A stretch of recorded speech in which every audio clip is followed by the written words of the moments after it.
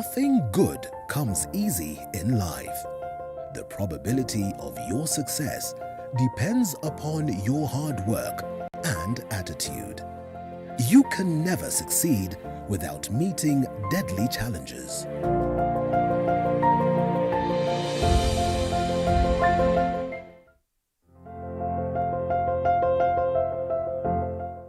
Nothing good comes in life. The probability of your success depends upon your hard work and attitude. You can never succeed without meeting deadly challenges.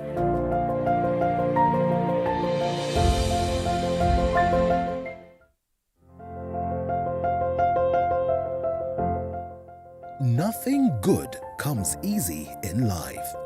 The probability of your success depends upon your hard work and attitude. You can never succeed without meeting deadly challenges.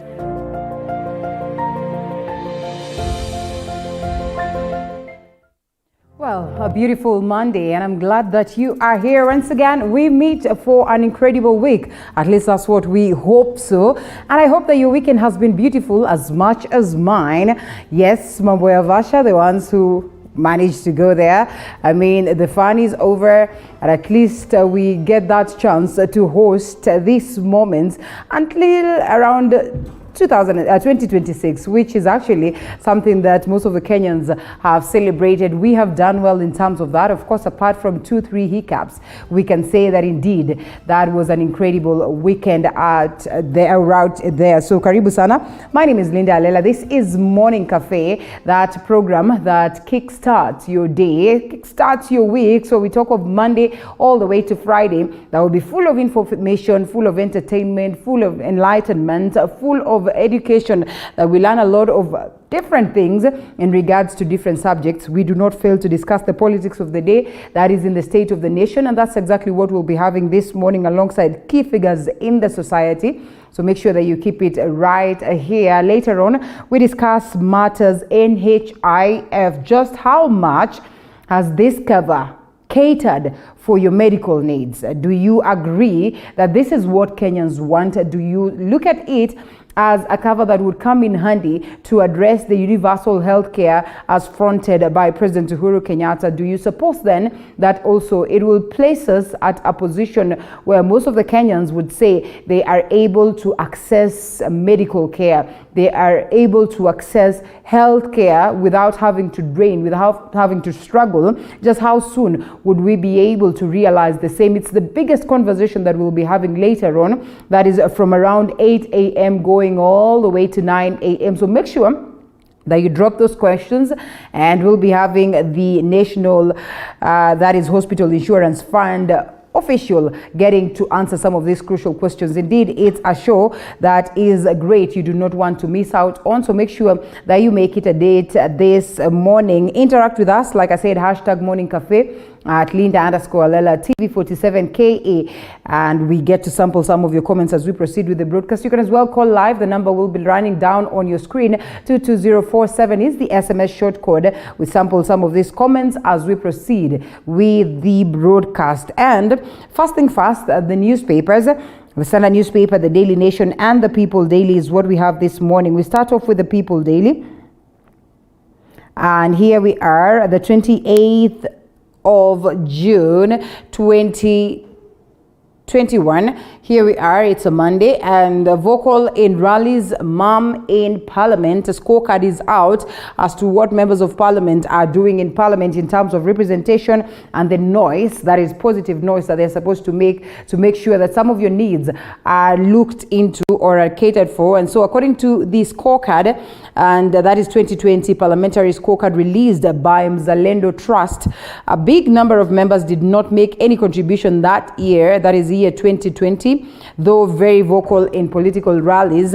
And that is a story captured on page 4. And just by a glance, you can clearly tell that, well, if at all this is anything to go by, then there is some genuine concern, because the majority of these leaders, you'd find them walking around with, their party leaders and speaking on behalf of the parties. But the question is, when they get into parliament, what exactly do they do in terms of raising the concerns of the common mwananchi? We definitely know Silvana Sosoro as a vocal leader. We know Oscar Sudi as extremely vocal, especially on podiums. Georgia Ladwa is as well as vocal. Well, Amina Gedo is as well as vocal. And Gideon Moi, Senator Baringo, is equally vocal. But just why is it that they do not speak much when they get into parliament is a conversation that we'll be having. We'll be having a member of parliament also, and of course they will get to tell us what it is. Two members of parliament, by the way, will be here this morning, and maybe they will tell us whether indeed this scorecard is anything to go by. A conversation that raises concern on how best your member of parliament represents you, whether they get to address the key issues that you'd want them addressed, whether they get to levels of even fronting bills that would be instrumental, to get us to another step that is in life. As many would say, sometimes there's nothing much that happens when they front these bills, nothing much that happens when they speak in parliament, and therefore maybe this could have informed the fact that they would rather speak outside in podiums and address these issues. But just how much are they issues that are of importance to the common mwananchi? Story captured on page 4. We'll be looking at that as we continue with the broadcast and alongside the guests when they get to join us later. Police bosses on the spot as their juniors protest. A story captured on page 6. And we also are privy to the information of how many policemen have come out to even dish out videos just to speak of how difficult the forces are for them and how difficult the security space is for them, and therefore this conversation has been triggered by the same. And this then puts the bosses to a point where they are questioning just what really plays out down there. You've seen women coming out claiming that, well, even the bosses try to woo them, that is to get to have sexual favors, which is something that is not proper. And therefore, this story is captured on page 6. We'll be looking at later on as we continue with the broadcast, and we get to understand how best we can make sure that the space is safe and good for the forces. Space is good for, of course, this police service figures. It's very important that their needs are catered for.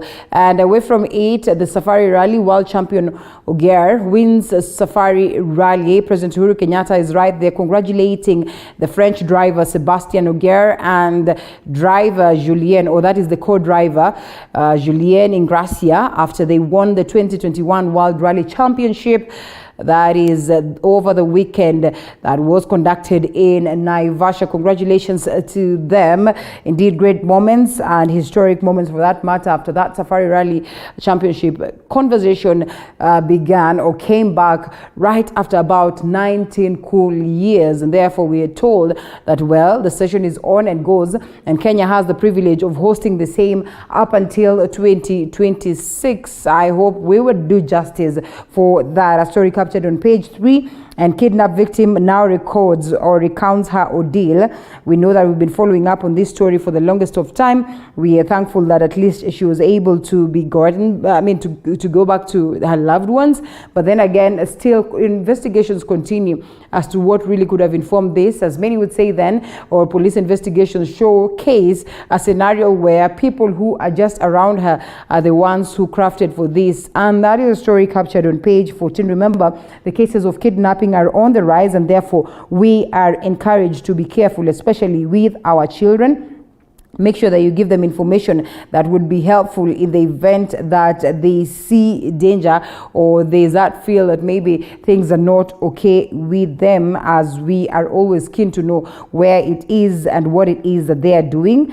And the Daily Nation, the front page, a rally here to stay. Yes, as race to be hosted in Kenya every year until 2026, as President Uhuru Kenyatta announced, and unforgiving, relentless with a sting at the end. The 2021 Safari Rally lived up a tradition with Frenchman Sebastien Ogier snatching victory from Belgium Thierry Neuville, only 50 kilometers to the finish, and securing a 21.8 second lead over Toyota teammate Takamoto Katsuta. And of course, congratulations to them. It's a story captured on page 2, 3, 4, 42, 43, 45, 46, 47 and 48, painting a picture of what played out over the weekend, the dangers, the lessons to learn, the fact that, of course, Kenyans were also up to make sure that they celebrate, but at the same time, abiding to the protocols of COVID-19 and so much more. Indeed, it was a great weekend for numerous of us who managed to find their way and to just get to observe and follow on the events of these celebrations. Actually, what takes the better part of the Daily Nation in terms of course, the stories that have been captured on the front page. And away from that to politics, a bit of it captured on page 5 of the Daily Nation, power tussles during transitions and how they claim casualties. It's one thing that we'll be discussing. Every succession claims casualties. This time, the stakes are higher because the presidency is at war. It's due to the competing interests that incumbents find themselves meddling in presidential campaigns. We need to know whether President Uhuru Kenyatta will be doing the same and what then the succession politics would mean for numerous leaders who would wish to find themselves into power. Remember, the conversation of the BBI begins this week as it is sitting at the Court of Appeal.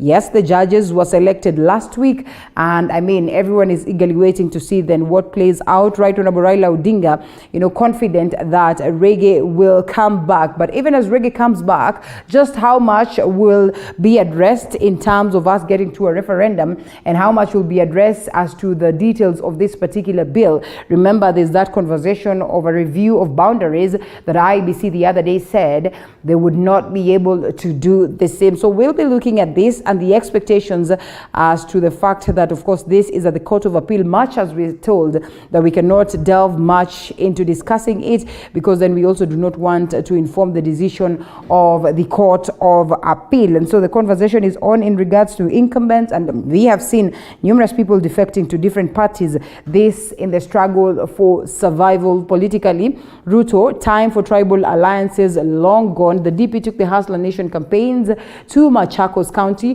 where he criticized those seeking tribal coalitions. Is it the case?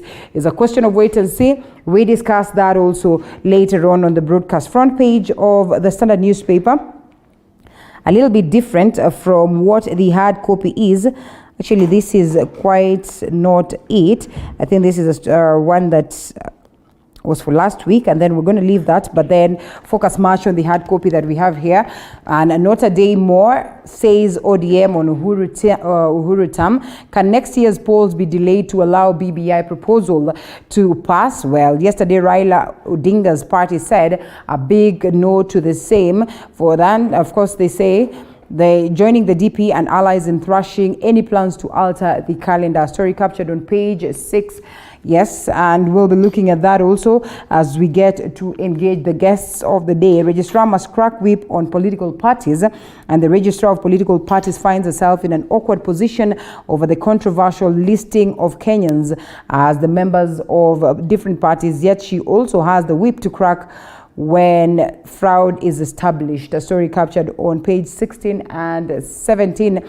And then the Political Parties Act, lots of conversation as to the formation of these political parties and coalitions for that matter, and the agreements in terms of the memorandum of understanding. So the agreements that go into that are really crucial, because most of the times you realize that, well, later on, as these outfits are considered to be outfits to walk certain individuals to the next level in terms of course, whether they get into power. After that, it's always a different affair. The shambles are on, and of course, most of them would come to cry foul. So the conversation is on, and that's what we'll be looking at as we proceed. And also that conversation of the Safari Rally is one that has extensively been captured as the winner takes it, of course, back home in a celebration. How Coast will benefit from marine projects. So much is happening also.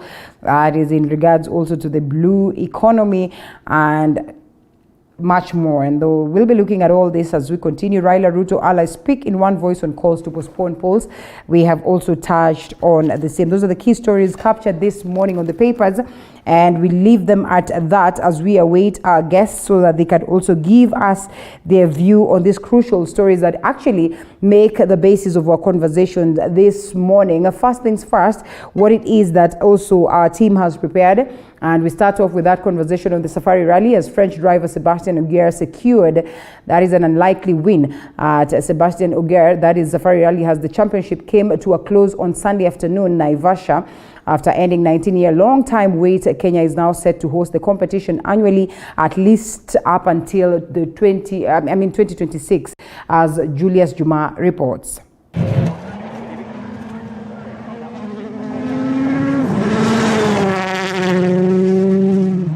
The 2021 WRC Safari Rally came to a close on Sunday afternoon,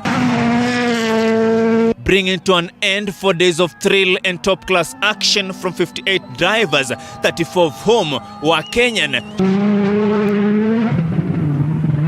showcasing their navigation skills in the 18-stage 320.19-kilometer race. World Rally Championship leader Sebastien Ogier snatched an unlikely victory after long-term leader Theorin of Wales' dreams collapsed Sunday morning. In the opening Loldia speed test, as his car's rear right suspension shattered after hitting a rock midway through the test. With Neuville retired, the Frenchman Ogier was perfectly placed to capitalize, bagging a commanding stage win over the Loldia Blast before demoting Toyota Yaris teammate Takamoto Kasuta in the penultimate stages to win the 4-day African Classic by 21.8 seconds on its return to the world calendar after a 19-year absence.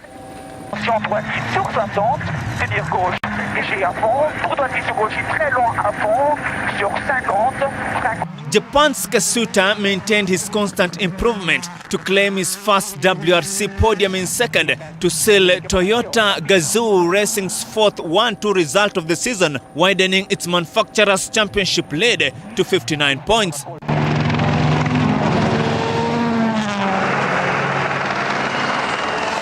Onkar Rai was Kenya's best driver at the Safari Rally, posting one of the fastest times at the Wolf Power stage in Hell's Gate to win the WRC3 category in 3 hours, 37 minutes and 37.7 seconds, dedicating the win to his sibling Tajveer Rai, who crashed out on Friday at Kedong. Onkar Rai was 7th overall, ahead of compatriots Karan Patel and Carl Flash Tundo, who came in 8th and 9th respectively.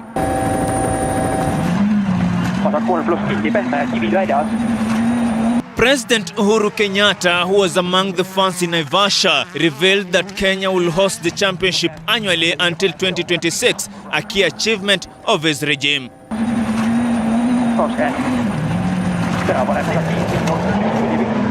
The 2021 Safari Rally is estimated to have attracted an 825 million global viewership, while also giving Kenya's economy a shot in the arm worth 7 billion shillings.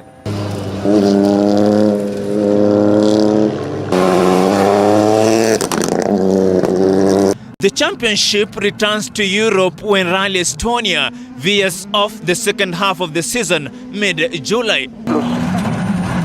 Reporting for TV 47 Sports, I'm Julius Juma.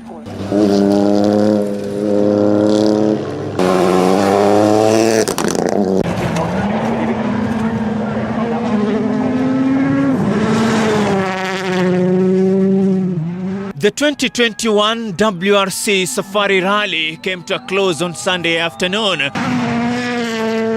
bringing to an end 4 days of thrill and top-class action. Well, that was interesting. We had to just remind you that indeed it happened. And as Juma would say, Sebastian Oje, I don't know how to pronounce that. It becomes very hard. So some of us should be forgiven for the same. And now let's get to some bit of politics. And Murang'a County Senator Irungu Kang'ata has sensationally claimed that all Mount Kenya leaders who are on President Uhuru Kenyatta's side are soon crossing over to Deputy President William Ruto's camp. Kang'ata's claims that members of Parliament's minor commander, Ngunjiri Wambugu, Kanini Kega, and Gatanga's Nduati Ngugi, but the only ones to politically stand with the president, as others are on their way out. This is the second time that Kang'ata is pulling up a bullet against Mount Kenya. Well, he wrote a letter to President Uhuru Kenyatta telling him that BBI was not popular in the region and that Uhuru's political grip in the region was on the decline. Katika barua yangu ya Januari nilimkanya rais ya kwamba hana wafuasi wa bunge, hao wote wamemzingira tu ni kumdanganya. Na nikamueleza ya kwamba itafika wakati kila mtu atamuondoka abaki peke yake. Hivi majuzi miona karibu wabunge 4 wameruka wakaingia pande ya UDA na ataendelea hivyo hivyo. Yule tu atabaki pande hiyo ni Maina Kamanda, Gonjiri wa Mbogo wa Nyeri na yule mwingine anaitwa Kanini Kega. Hao tu peke yao watatu. Hawa wengine wote watamtoroka. Hakuna mtu anaweza fuata Raila, na sisi si wafuasi wa Raila, sisi ni wafuasi wa William Ruto. Still on politics, nearly 13 months to the 2022 general election, presidential aspirants are once again in the market shopping for their running mates and courting other political parties to join their bandwagon. But the search for allies towards 2022 has deconstructed giant political parties, including the once promising Jubilee party that brought together President Uhuru Kenyatta and his deputy William Ruto. But Kenya is not new to political alliances. That has been the trend, at least for the past 2 decades. Yesterday, our reporter Musa Salat took a look at generally at Kenyan seasonal and treacherous coalitions of convenience and filed this report. Once dubbed Kenya's vibrant national party, the ruling Jubilee party that brought together over 13 parties to support the joint presidential election ticket of Uhuru Kenyatta and William Ruto is at the brink of collapse, paving way for new political formations. A coalition for the sake of gaining power is a coalition of convenience. That's the difference. And I'm opposed to a coalition of convenience. If they were for public interest, they would be more resilient. They would survive longer. But the fact that they can start and disappear so quickly means that they are for convenience. It's like fast food, fast political food.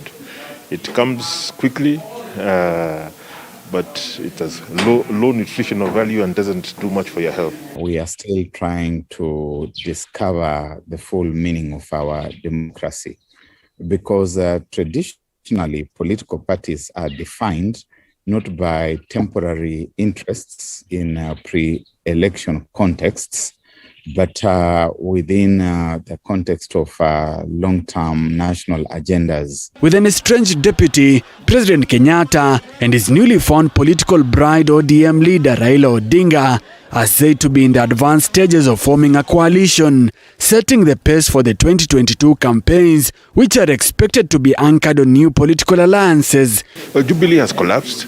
It just hasn't, it is dead. It hasn't been buried yet, but it has fragmented, and so politics does not allow a vacuum. So that space will be filled by other formations. The deputy president is already associated with another party, and so you're going to see a lot of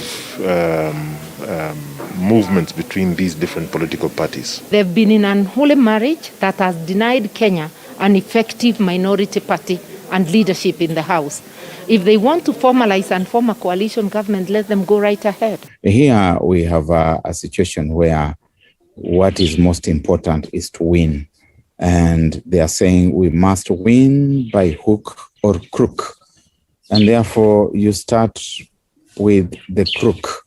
And the crook is that we look numbers that you have on the other end, and we look at the numbers that we have, and we look at the positions that we want to occupy in government as individuals. And therefore, based on that, we attempt to get into whether it is a coalition arrangement or a merger. Indeed, I don't know whether we are talking of a merger here or of a coalition. I think the reality will become clearer in the fullness of time. Deputy President William Ruto, who has unveiled his new political vehicle, the United Democratic Alliance, fell out with his boss President Kenyatta over the 2018 handshake with opposition leader Raila Odinga. If you remember President Moi, when President Moi was leaving, he chose the current president as his project and was defeated by Mwai Kibaki. And Mwai Kibaki handed over to Uhuru Kenyatta, so he will definitely try to influence who becomes the next president. It's in his political and commercial interests. Well, the merger, whether it will be a merger or a coalition, as I keep on saying, is calculated to clearly benefit President Uhuru and ODM leader Raila Odinga. President Uhuru, in the sense that every exiting incumbent has an interest in the future, in the sense that he or she wants to feel secure. Even in the absence of Mzee Jomo Kenyatta, who had died when President Moi was taking over in 1978, President Moi kept on saying, "I will protect the Kenyatta family." The self-proclaimed hustler has since advanced his hustler versus dynasties narrative, laying bare his bitter fallout with Kenyatta. But his competitors have cautioned that Ruto's campaign theme could be divisive. On a tour of the Coast Province, they found the conversation has now moved from dynasties and hustlers to haves and have-nots. Now that is dangerous. Is this the kind of process that is going to lead to a free, fair, accountable election? According to analysts, and unlike the recent past, the 2022 runoff could be a three-horse race. The Jubilee ODM wedding may see Odinga cut ties with his NASA core principles, introducing the One Kenya Alliance into the 2022 succession politics. I would be the most stupid fellow on the earth to go and support the third time a presidential candidate, all right, without a measure of reciprocity. I think it goes beyond the doctrine of good faith, justice, fairness. Yeah. However, Wiper's Kalonzo Musyoka, ANC's Musalia Mudavadi, and Ford Kenya's Moses Wetangula may join Ruto's camp as Odinga attempts the fifth shot at the presidency, with Kenyatta's vote-rich Mount Kenya backyard as an assurity to win the presidential race. We are likely to have now a Jubilee ODM formation on the one hand, and then the other three NASA principals, Kalonzo and Mudavadi, having to seek fresh orientations of their own. And we have seen that they're already dialoguing with Gideon Moi. We do not know who else is likely to get into that formation. And then, of course, we have the third strand, which is the William Ruto strand, and where he says that he is going it alone with Kenyans whom he calls hustlers. Inabadilika. Musa Salah, TV 47. Pia. Meanwhile, Deputy President William Ruto has rubbished plans of political alliances ahead of 2022 polls. Ruto says he does not fear the political formations that he termed as selfish alliances. Ruto's remarks come days after ODM leader Raila Odinga insisted that there will be a political thunderstorm in 2022. We do not want our people to be divided along tribal lines. I feel offended when every region talks about their own kingpin. It is not the right thing for this country. The problems affecting Kenyans are so common and similar that we can only group ourselves, if we were to group ourselves, as those who are suffering most and those who are better, doing well in life. And therefore, if we were to group ourselves as a Kamba nation, then you realize that in that Kamba nation, we are not equals. There are Kamba nations who don't know what meal they are going to take this evening. We are God's creation, and we know He has purposed us at a time like this to make this world a better place, so that at the end, we may get an opportunity to be with Him in heaven. That is why I want to call and urge my fellow leaders, and especially in politics. God gives. God is the giver. In Kenya, viongozi wengi wanapanga mambo ya siasa, wakipanga vile wataungana ili kukabiliana na wapinzani wao. Mimi nataka niwakumbushe wakati wanapanga, kwa sababu wako na uwezo vile ya kukabiliana na wapinzani wao, pia wakumbuke mbali na viongozi kuna Wakenya wa kawaida. All right, the Jubilee and UDA parties have intensified their campaigns ahead of the Kiambaa by-election set for the 15th of July. Now, the election is expected to rekindle the bitter Jubilee-UDA rivalry, with Nyeri Town Member of Parliament Ngunjiri Wambugu accusing a section of Jubilee Party members of Parliament of sabotage. This as Elgeyo Marakwet Senator Kipchumba Murkomen accused Jubilee leadership led by Secretary General Raphael Tuju of humiliating and frustrating them. With just 19 days to go for Kiambaa residents to elect their leader in the 15th July by-election, Jubilee and UDA aspirants have intensified their campaigns. MPs allied to Jubilee Party, led by Nyeri Town MP Ngunjiri Wambugu, have condemned MPs allied to the Jubilee Party who are campaigning for UDA aspirant, noting that they is staining the party's image. Watu wasikuje kufanya tests na nyinyi. Msikubali kudanganywa. Mtu anasimama ni mtu ya chama ya Jubilee, hajatoka Jubilee, anawadanganya ametoka. Hata hii mwezi atalipa pesa. Unajua tunalipanga pesa kama watu ya Jubilee. Hata hii mwezi atatoa pesa tu. Politics of alliance and party shifting taking center stage. MPs allied to Deputy President William Ruto, led by Elgeyo Marakwet Senator Kipchumba Murkomen, accused Jubilee leadership led by Secretary General Raphael Tuju for humiliating and frustrating them. Nyinyi mmenaswa na ule Tuju na Murade wameenda peke yao ama wameenda na nyinyi? Si wameenda peke yao, kwa sababu Tuju sijui anataka kuomba kura huko. Ati sasa kwa sababu ODM tu inaweza uzwa huko, ati ameuza Jubilee, amefunga, amepeleka, ameingiza ODM. They are in the wrong place because they keep on destroying Jubilee. They keep on talking bad things about the party. They should leave, and that conscience should prevail upon them.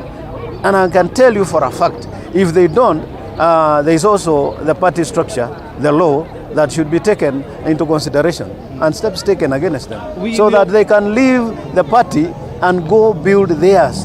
They are now reaping from Jubilee and they are backbiting Jubilee. They are spoiling the name of Jubilee. Jubilee aspirant in the Kiambaa by-election Kariri Njama has urged the electorate to give him a chance to represent them in the parliament to complete the work which was left incomplete by the late Paul Koinange. Huu si wakati wa kwenda kwa upinzani. Huu ni wakati wa kupigania na kukaa kwa serikali ya Uhuru wa Kenyatta. Kwa hivyo tusikue sisi ndio wa kwanza kutoka hapa, tutaenda upinzani. Wacha huu mwaka mmoja umebaki, tukue kwa serikali. 8 aspirants are eyeing the seat that fell vacant following the death of Paul Koinange, with stiff competition expected between UDA's Njuguna Wanjiku and Jubilee's Kariri Njama. Paul Kirobi, TV47, Nairobi. Tumeamua chama ni gani? With just 19 days to go for Kiambaa residents to leader in the 15th. Now, majority of Kenyans are aware about the registration process of joining a political party. And according to the latest survey by research firm One Pulse Kenya, 82% of Kenyans believe the move to register them as members of political parties without their consent is violation of their rights. In the past 1 week, Kenyans have protested unauthorized listings of their names as members of different political parties without their consent. Article 38 of the Constitution on Political Rights allows any citizen to form, join or participate in the activities of any political party, but willingly. However, willingly or not, you, as a Kenyan, are you familiar with the process of registration as a member of a political party? Well, according to a survey conducted by One Pulse, a consumer survey firm that collects insights in real time through a mobile app, 60% of Kenyans don't know the process of registering for a political party. 30% know the process of registration but have not registered, while only a paltry 9% know and have actually registered. 82% of Kenyans said that it is a violation to be registered to a political party without consent, while 9% said it is not a violation as it is not a big deal, while 8% are not sure. 70% have not verified the membership status, while 17% have registered and found that they were registered to a party they didn't register for, and 7% verified and were not registered to any party, while 5% were registered to the party they registered for. Kenyans have decried the breach of privacy. However, the Registrar of Political Parties, Ann Nderito, whom Kenyans want to authorize their removal through a press statement, affirmed that the list uploaded on the eCitizen platform was simply a pilot of the integrated political parties management system. Nderito advised on the process of the registration, starting with writing a notice of resignation to the respective political party and sharing the same with her office. In the past 1 week, Kenyans have protested unauthorized listings of their names as members of different political parties without their consent. Article 38 of the Constitution on Political Rights allows any citizen to form, join or participate in the activities of any political party, but willingly. However, willingly or not, you, as a Kenyan, are you familiar with the process of registration as a member of a political party? Well, according to a survey conducted by One Pulse, a consumer survey firm that collects insights in real time through a mobile app, 60% of Kenyans don't know the process of registering for a political party. 30% know the process of registration but have not registered, while only a paltry 9% know and have actually registered. 82% of Kenyans said that it is a violation to be registered to a political party without consent, while 9% said it is not a violation as it is not a big deal, while 8% are not sure. 70% have not verified the membership status, while 17% have registered and found that they were registered to a party they didn't register for, and 7% verified and were not registered to any party, while 5% were registered to the party they registered for. Kenyans have decried the breach of privacy. However, the Registrar of Political Parties, Ann Nderito, whom Kenyans want to authorize their removal through a press statement, affirmed that the list uploaded on the eCitizen platform was simply a pilot of the integrated political parties management system. Nderito advised on the process of the registration, starting with writing a notice of resignation to the respective political party and sharing the same with her office. Well, thank you so much, Grace Josephine, for that. It is now time that we cross to the discussion.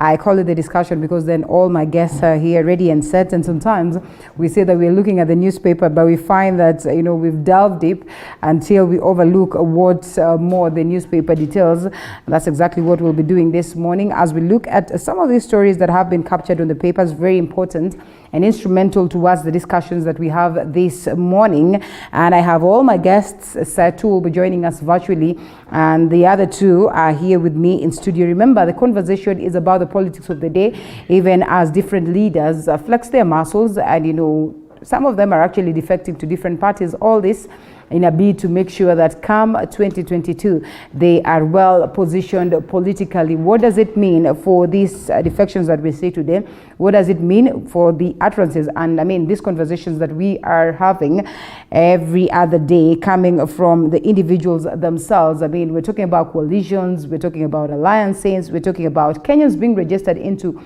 parties without their consent, and so much more. And important, the fact that we still have members of parliament that do not contribute much while in parliament, but when they're out there in podiums representing their respective parties, the noise is quite huge.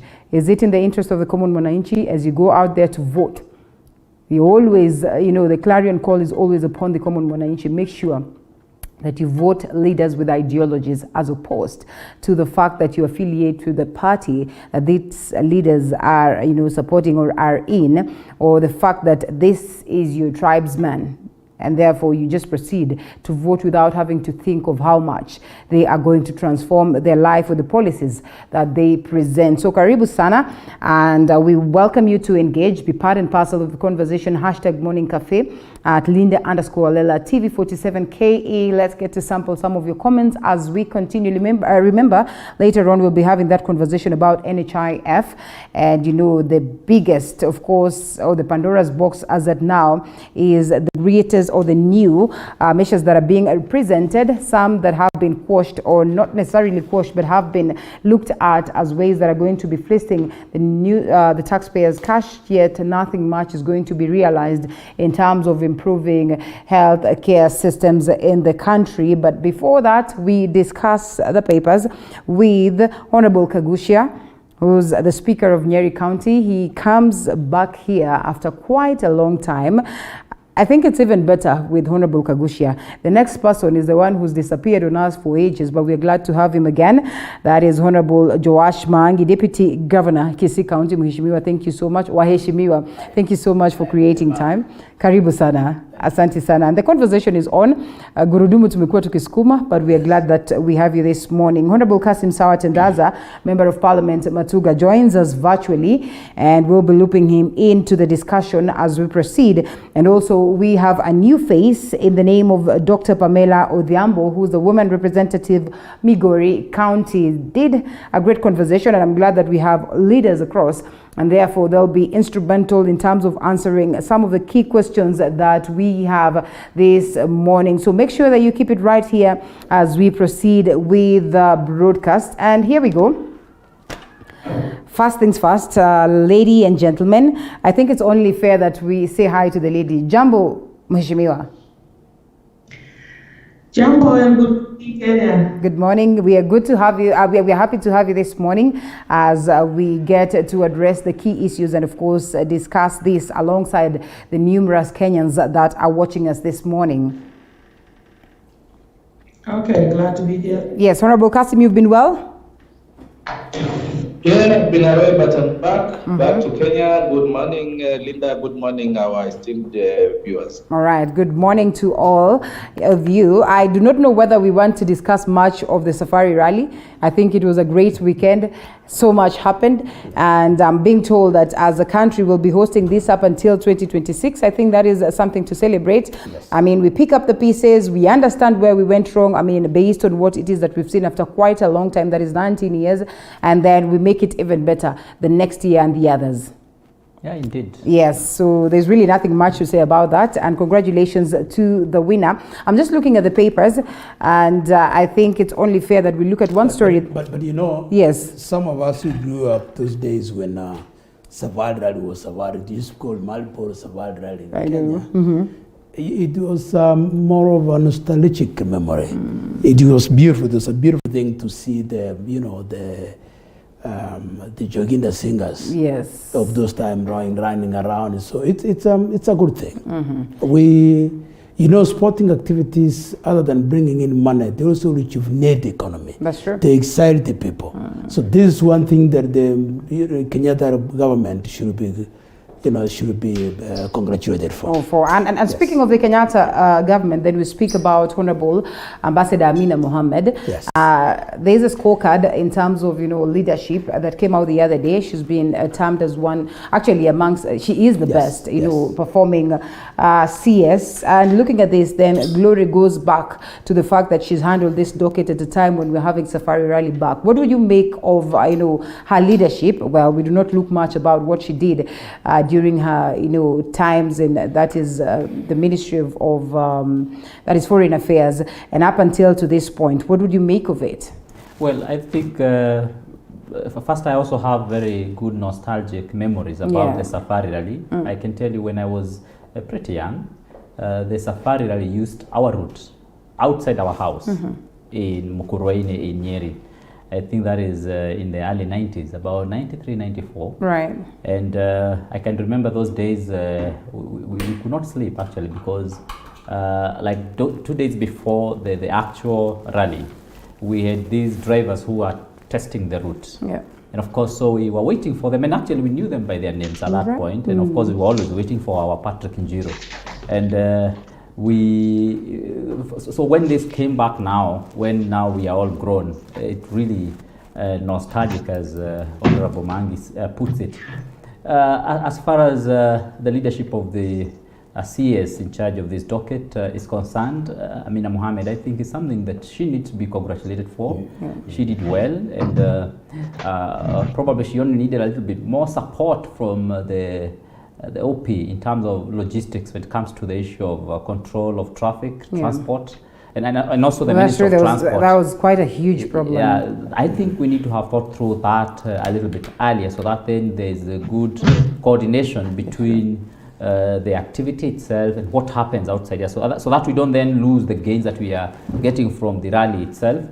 If you look at Amina Mohammed, she seems to have the foreign component in everything that she's doing. Even when she was in the Ministry of Education, the issue of Safari Rally, is not only a local thing. It's actually something that is bringing together very many nations together. You see, we have drivers all the way from the US, UK, and from Europe and other countries, and from Asia. So it's something that brings so many countries together. It's something that places Kenya again at an international map. And this is going to be happening, as we say, up to 2026. It's something that we need to congratulate her for, because putting this country on the world map on such a positive thing is really good. I remember any time I've ever gone to any Asian countries or even Middle East countries, there is always a mention of Tikolo. When you go there, they will ask, Kenya, Tikolo? Right. Tikolo? And it's very interesting that they remember Tikolo, and he was there quite a while ago, back, and they still remember him. So the gentleman did put us on the world map in that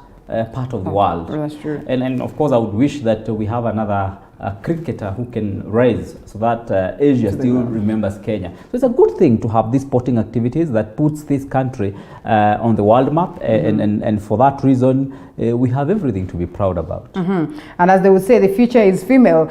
Honorable Pamela, I'll engage you on that. Do you agree, based on the performance of Amina Mohammed on this one?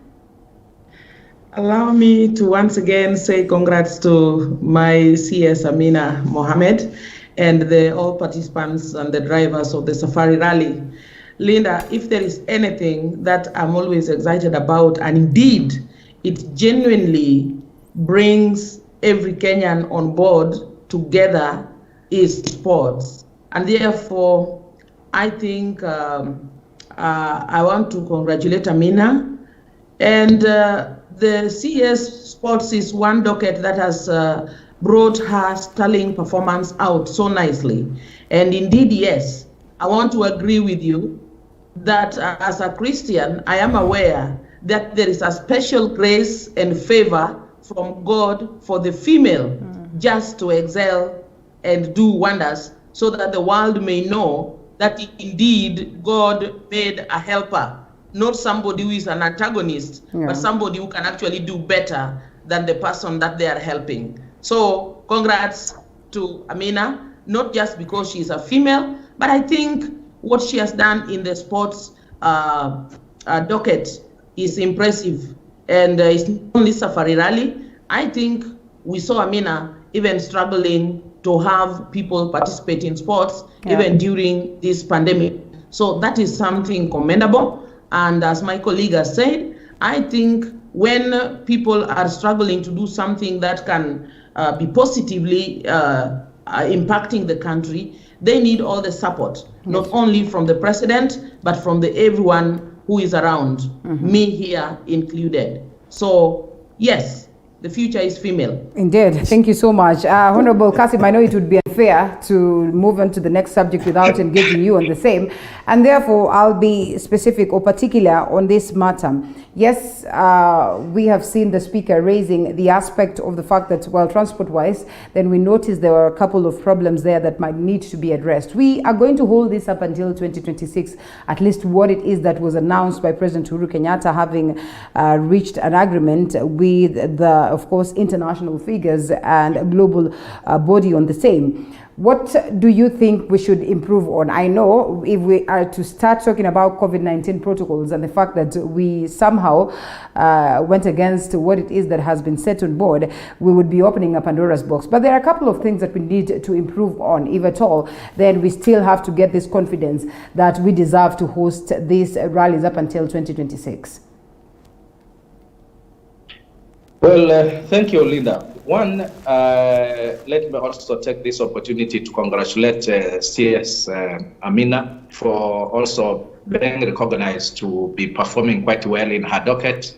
It is in the same county awards that I was also nominated to be the best performing MP from my county, that is Kwale, which I'm happy about. But having said all that, we need total coordination within the different ministries, as my colleague has just said. About the COVID protocol, these ones are being broken anyway, so I will not really take offense on the rally enthusiasts in terms of breaking them. We saw it the other day, even without a rally, the leaders meeting people, breaking them. So this is another Kenyan problem of how we're handling COVID. It's unfortunate, but that's where we are.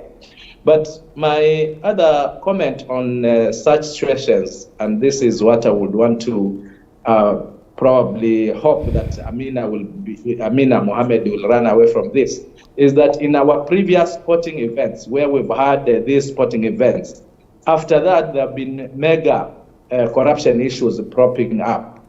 Will it be in the Olympic, and even on the far days, the earlier days, when we hosted some major events like the Africa Cup of Nations and whatever follows there is an expose of corruption. I'm hoping this time that apart from bringing the world rally in Kenya and us going back into the international map, this time around, we are not going to hear corruption cases coming up after that. That is the only other bit that I'm really holding my breath, that all this time we are now having a break where we are hosting an event, and after that the books are clean, everybody is happy, the taxpayers' money has been well spent, and we move on as a country. Well put, and yes, key lessons to pick from that, but also reasons worth celebrating. And here we are, revealed the 31 silent members of parliament in the House. I don't know whether this is one thing that we need to look at. Most of the times when members of parliament hear of this, they will want to counter or challenge.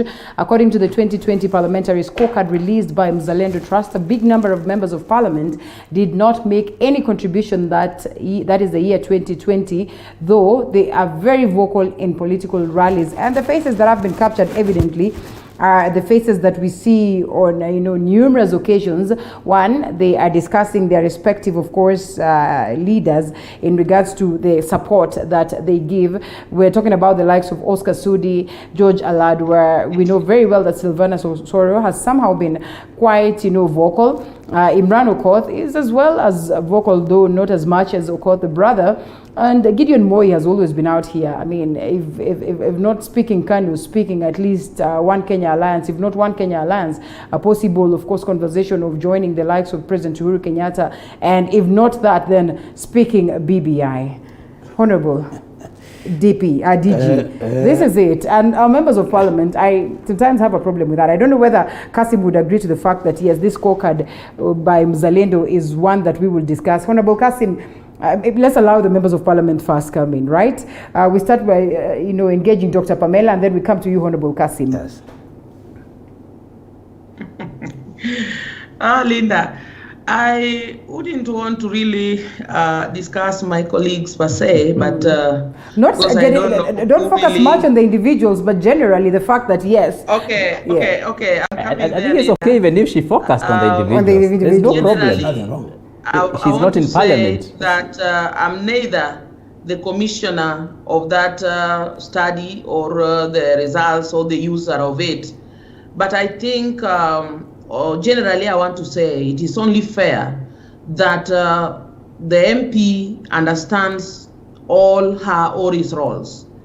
Apart from promoting the party, apart from attending those funerals, apart from supporting our leaders, giving that vocal and open support, apart from talking all other issues outside there is this component of discussing and participating in the debates that are going on in Parliament. Why? Because those laws and regulations and the contributions that we make finally actually affect directly the people that we represent. So it is only fair that as these debates go on, whether initiated by ourselves or somebody else, we need to give our view, especially as taught by the people that we represent.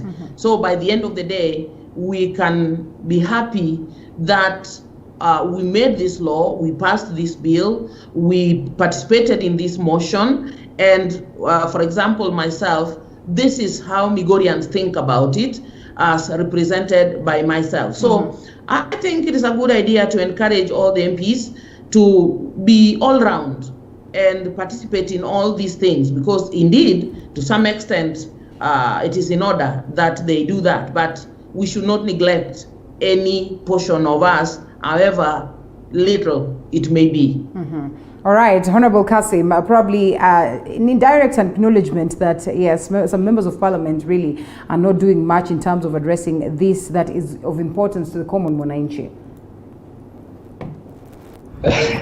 That's a very interesting debate, which I think would I would probably try to touch with the current debate going on qualifications of MPs, whether they need it or not.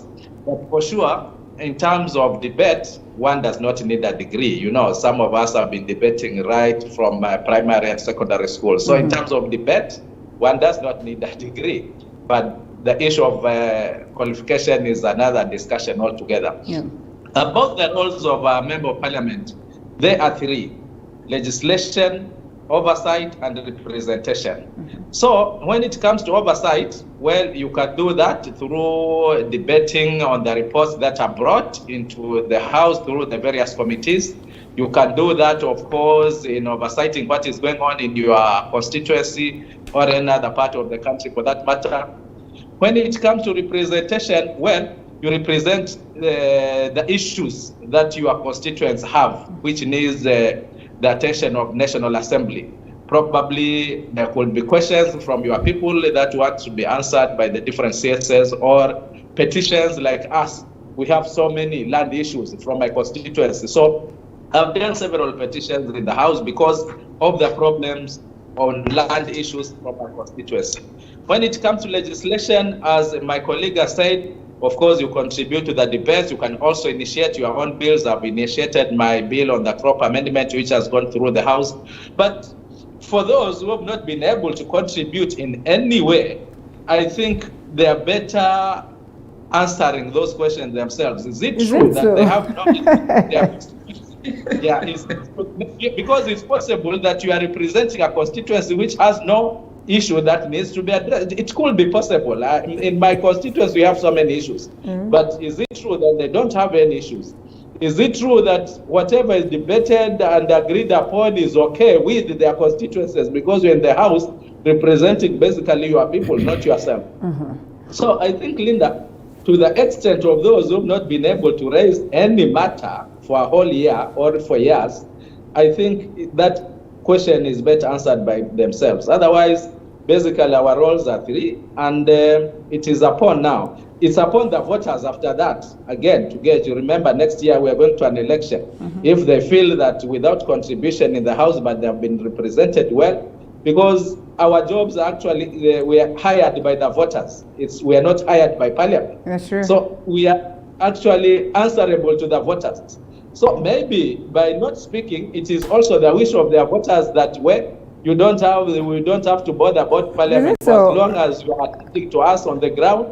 You are well. You are well. And speaking of which, it will be a catch-22 for the voters, I agree, to decide. Because look at this. I mean, honestly speaking, I doubt, with all due respect, whether the voters of Oscar Sudi would probably not vote him back. Because I'm told on ground he's doing quite a good job.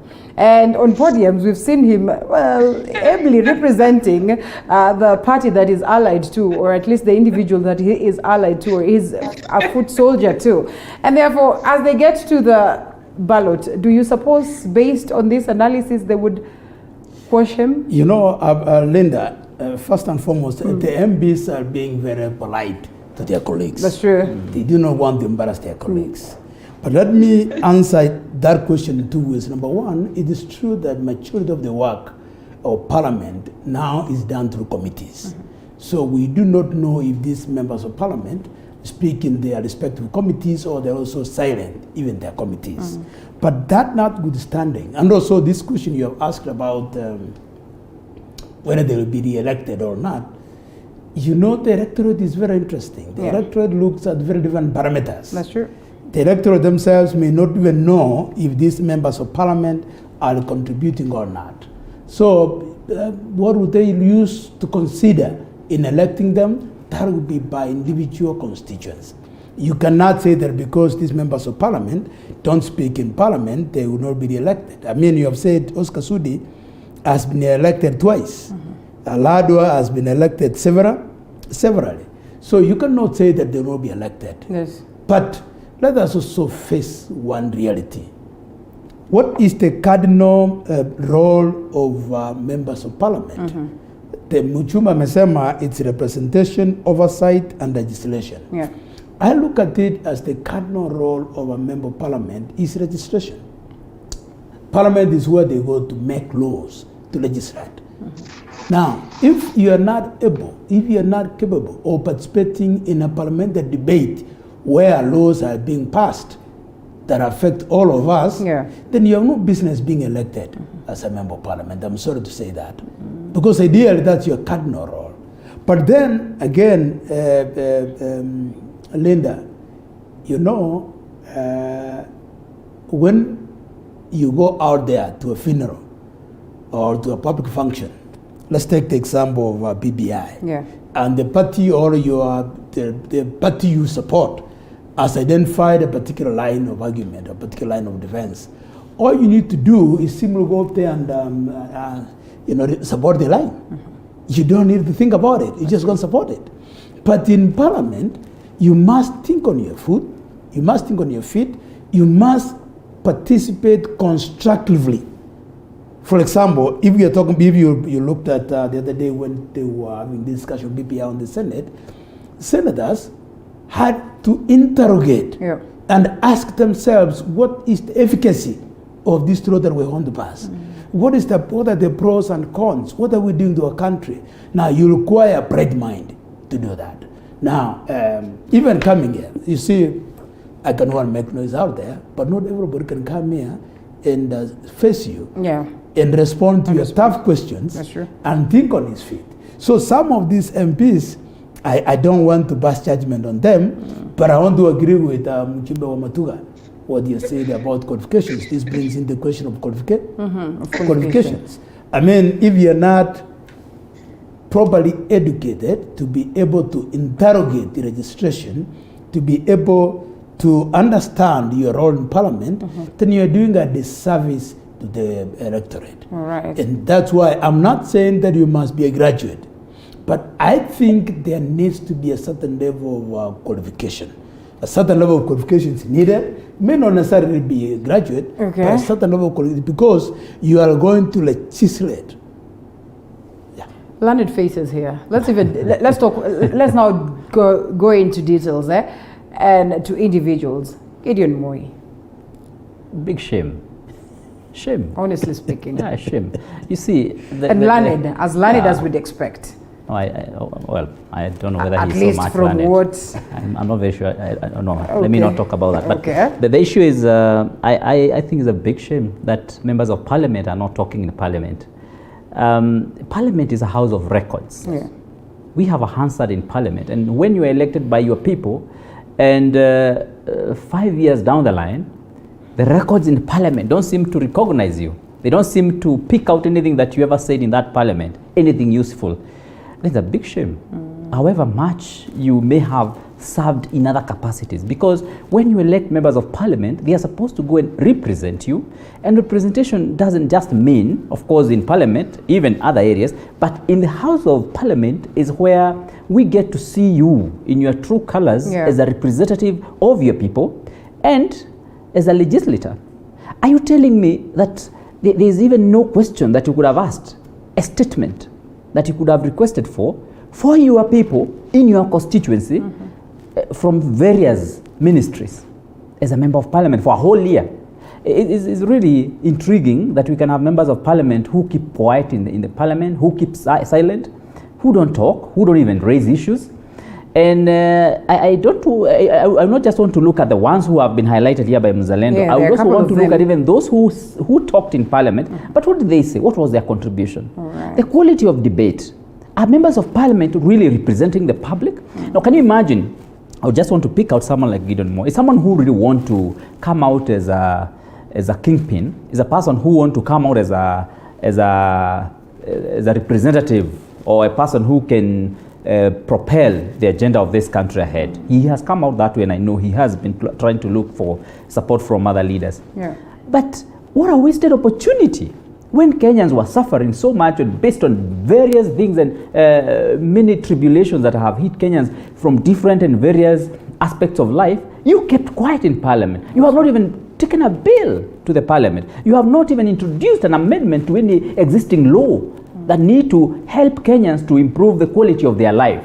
I think when we look at, and I'm not talking about only one member of parliament, I'm talking about all the members of parliament who either did not say anything, and those who talked but did not give any quality contribution for the sake of our country. I think members of parliament need to improve. I don't think we can forgive them for that. And I would say any parliamentarian who doesn't represent their members of constituencies in the assembly, in the National Assembly, they have no business in that assembly. Of course, sometimes when you talk to them, they tell you that, oh, these days we are too many. So catching the eye of the speaker is very difficult. Some of them tell us that even if they talk, there's really nothing much that happens, and they will tell you that it's another house that is curtailed, that is not independent in any way as an arm of government, that it is always about their key political figure, and so they tell you that what is the point of going there to raise something, knowing very well that nothing much is going to be done. They speak of a bill, very beautiful bills that are there, sleeping somewhere. I totally disagree with them. Innovation, creativity, and the ability to articulate your issues in the parliament would change. If we had members of parliament who go to parliament, for example, we have a lot of young people here, we have a lot of learned people in parliament. If we had only 10 people who decide we are going to push an agenda in the National Assembly, it will happen. If you have just 5 senators who decide that we are going to push an agenda in the Senate, it will happen. Honorable Kasim is here. Do you agree with that? Let me support him a minute. Okay. We saw that during the just a moment, in the Senate during the division of revenue bill. We had about 7 senators who pushed it until they made it through because they had sense. They had an argument to present. and they presented the argument until it went through. So I want to agree with my colleague, the speaker here, that if you have 10 proper legislators who have a grasp of the issue of this country and they prosecute them properly in the assembly, there will be a difference. And I can tell you, being a speaker, there is nothing that gives me joy and happiness like those members of county assembly who consistently make contributions, who consistently come to the assembly. In fact, for those members of county assembly who consistently come to the assembly, I am very excited about it because I like the way they bring up the debate, and every time I see them in the assembly, sometimes I even want to prod them to say something. Because I'll take you back to the times of, the controversial tax. Was it fuel? Was it the fuel tax that, there was this conversation? What was it called? The controversial. Was it on fuel? The 8%. Honorable Kasim, if you'd remind me. Yes. And I remember there's a time, the question was, with as many of this that are of this opinion say aye, many are of contrary opinion say nay. The nays, actually, the voices, it was evident that the nays had it. Yes. But you know what the speaker said? The ayes have it. I mean, the members of parliament should be able to lobby themselves, caucus, and take disciplinary action against the speaker who goes against the will of parliamentarians. And Honorable Kasim, do you agree? And remember, at that point, there's also every member of parliament have an opportunity also to rise to ask for what we call a division. Is it that easy nowadays? I hear they complain that if you rise above that, then you're out of this committee that you represent. If you rise above that, then you're in trouble with your party. If you're a nominated member of parliament and you rise above all these challenges, then you're out of this session, or you're out of the party officially.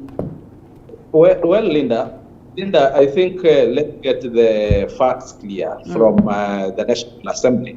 I'm a first time. This is I'm doing my first term in the National Assembly, but I've said I've managed to move a bill to its conclusion. I have another bill which promised my people, the Natural Resources Benefits Sharing Authority bill, which is lying at the Treasury for the last 6 months. So we have challenges when it comes to even moving bills and making laws in Parliament, because it reaches a point where it actually becomes more or less beyond powers of Parliament when it goes to Treasury. That is true.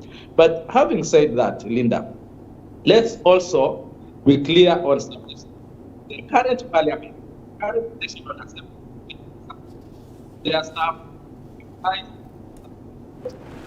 There's a bit of trouble with your connection. Let's allow Honorable Pamela come in on the same note. Honorable Pamela. Thank you very much, Linda. Listening to my colleagues, the governor and the speaker there, I think I want to agree with them to some extent that ideally when somebody has an objective, a valid objective, you need to have some sort of urge to pursue it to the end.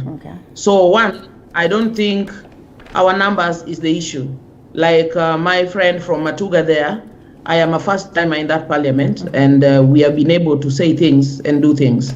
I don't want to enumerate them, but all I want to say is that I said earlier, those basic three functions or roles of an MP, I said it is only fair that an MP remembers to be all round to make sure that none of them suffers completely.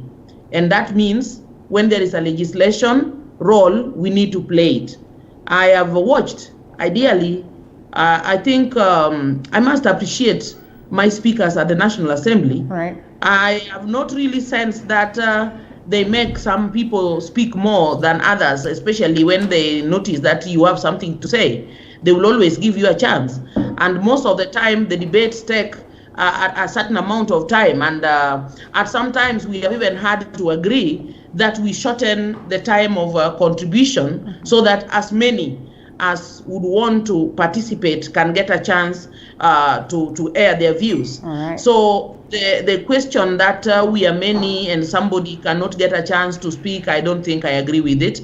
And even the fact that even if you said something, it is not done, personally as a Kenyan, Linda, let us be honest and very realistic. Yeah. Most of the time, Kenyans, we have come up with very brilliant ideas. But we have all failed, not only in parliament nor legislation, but even in small workplaces, all the government offices, apart from the private sector, most of our policy decisions are never implemented. Yeah. We are very poor at implementation. But again, in the parliament there, we have a committee called Committee on Implementation. This committee is supposed to dedicate its time and all those members to pass and push for every legislation and every agreement made in that parliament to be implemented. So that failure needs to be improved. I know the Japanese talk of the Kaizen theory, bettering your best. As Kenyans, not only in parliament, we actually need to try and pull our socks in all sectors of our operations. And that's what I mean here is the other issue that you cannot get, even if you got a chance, like the speaker said, it is a house of records. Even if it is not done, it will go down the history that between 2017 and 2020, Dr. Pamela Odhiambo said that Kenyans need to live a righteous life and stop corruption. Yeah. So I think it should not be an issue for an MP that they said something and it is not done. Our role is to say it on behalf of our people. So I think hiyo ni vijisababu, but all the same, as we are saying, this may take a very deep discussion. For example, like when we are connecting with the issue of qualification, Linda, Kenyans have been a lying nation. People lie about who they really are. People lie about what their capacity is. For example, yesterday I found myself meditating about something very pertinent. I was saying that, like, now our president and our leaders and the entire nation seem to be stuck on this issue of corruption, and we are not able to just rubber stamp it out. Yeah. And I was wondering, when all these ministers and everybody else who applies for these positions apply for the jobs, they don't also state that I'm applying for this job because I want to be very rich. They only say that I have the capacity to help the government deliver this service or help this company do A, B, C, D. Yeah. So I was thinking, I was imagining a meeting where I was the president, and then I would call all my CSN and PSS, and I would call them to this meeting with their application letter to the job and appointing letter. Why the appointing letter? The appointing letter contains terms of contract, including your package, what will be your basic salary, house allowance, medical allowance, and transport allowance, and all other allowances that you can be given as a CS or a PS. So when the money leaves the treasury to go to that ministry to deliver services to Kenya, why does this money disappear if somebody signed up for that package? These are small issues, and I was just trying to explain that Kenyans, we always bring failure, and we have been used to failure, and those who fail us, we always think they are heroic. Just like the governor said, you know, when my colleague also applauds that actually our employer are the people. Right. So sometimes the question is, what do the people want? If the people just want you to shout about the party and about the kingpin and not address any issues, maybe that's what they do. All right. And therefore, I think, Linda, this is a discussion that, according to me, I would propose that it goes further than this, because our masses need to be educated. Our masses need to know that that handout of 100 that somebody can give them will not solve their problems. But if somebody came up with the idea of, say, greenhouses and agribusiness, this will give them more 100 shillings than the one that I would give them in a funeral. All right. So there is a lot of things that we need to do in this country. And speaking of which, then of course brings us to the conversation of the Hustler Nation as to whether indeed a wheelbarrow is sustainable enough, and the masses, how well informed they are in terms of making sure that as they go to the ballot, they make decisions that are really instrumental. But we put that aside and we discuss the BBI. We understand very well that this then goes to the appellate courts, and the conversation should be on this week. I know we are not supposed to deliberate much because it's a matter in court, and therefore we should leave it for the court to deliberate. But I think it's only fair that we weigh in briefly. Honorable Right Honorable Raila Odinga, is confident that it's just a halt for reggae. I mean, it's just a break for reggae. But then again, we'll have it on as we await this crucial decision by the Court of Appeal. What would you make of the conversation? You know, Linda. Yeah. I know. I am more associated with the Hustler. Hustler Nation. Yes, that's true. But my party is ODM. Yes. And I'm a deputy governor in ODM government. So Honorable Raila Amolo Odinga is my party leader. Yeah. Frankly speaking, with a lot of respect, I do not understand what gives my party leader the confidence that the Court of Appeal will overturn the ruling of the High Court. I don't know. Because if you look at the 21 reasons the High Court gave for nullifying PPI, and a big one or two, for example, pick the one that says that this PPI came through under Section 257. There are two ways you can bring a referendum. One is through Section 256, whereby you go to Parliament, and Parliament will vote simply get a two-third majority. But the one under Section 257 requires that an ordinary mwananchi initiates it.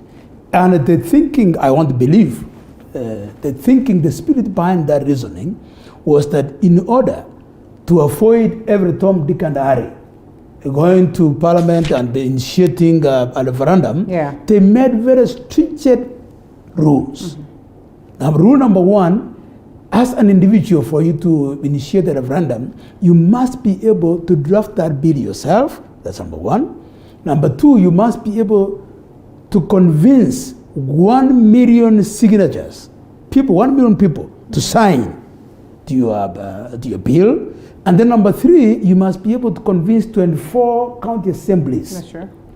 Those are hurdles that have been put on Wanjiku, so that for you to pass those three hurdles, it means that you are very committed, and it means that you have substance. Now, if you begin interrogating BBI against those three stages, you ask yourself, who initiated BBI? Was it initiated by Wanjiku? The answer is no. Okay. I mean, everyone knows it was initiated by the president and... is the president not Kenyan? No. There is no interpretation in law that you can give the president to make him qualify as Wanjiku. Okay. The president is the president of this republic.